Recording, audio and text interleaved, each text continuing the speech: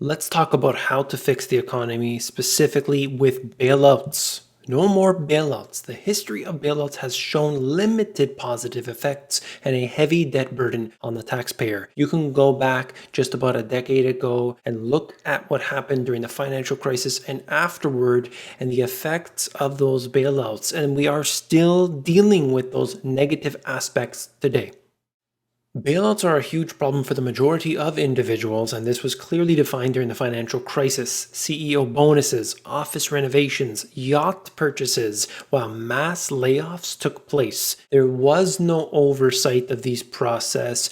They had money coming in left, right, and center, and of course, certain individuals were able to benefit, but the average person, as I write here, didn't see that benefit. Millions of dollars were going into certain companies, billions of dollars were going into others, and meanwhile, you still had so many people getting laid off. Clearly, this was not an even game. We were looking at special interest groups taking this incredible benefit, and the average person was dealing with either no employment, reduced employment, maybe they had to seek unemployment benefits for a period of time. Those were extended out quite a while, but then eventually that became an issue for more and more people. You saw the amount of individuals on food stamps, and what was going on? They were using quantitative easing to buy mortgage-backed securities. Is that really a solution? Of course not. There is no public discussion of a bailout. You don't get to decide. You don't get to say who gets money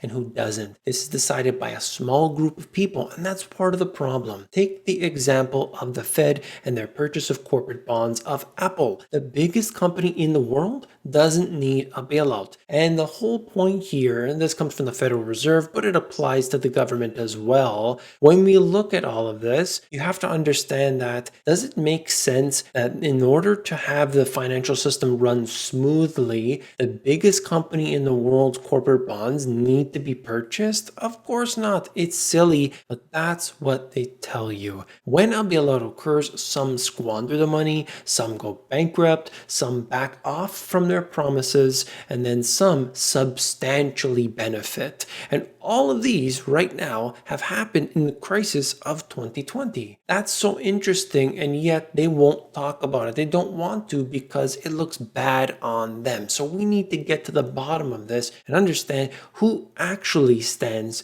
to gain. An increase in taxation always follows because someone has to pay for the expenditures.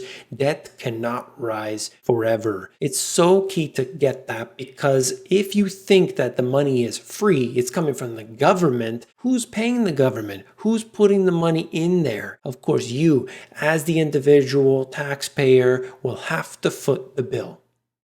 Make sure you check out the next step on how to fix the economy.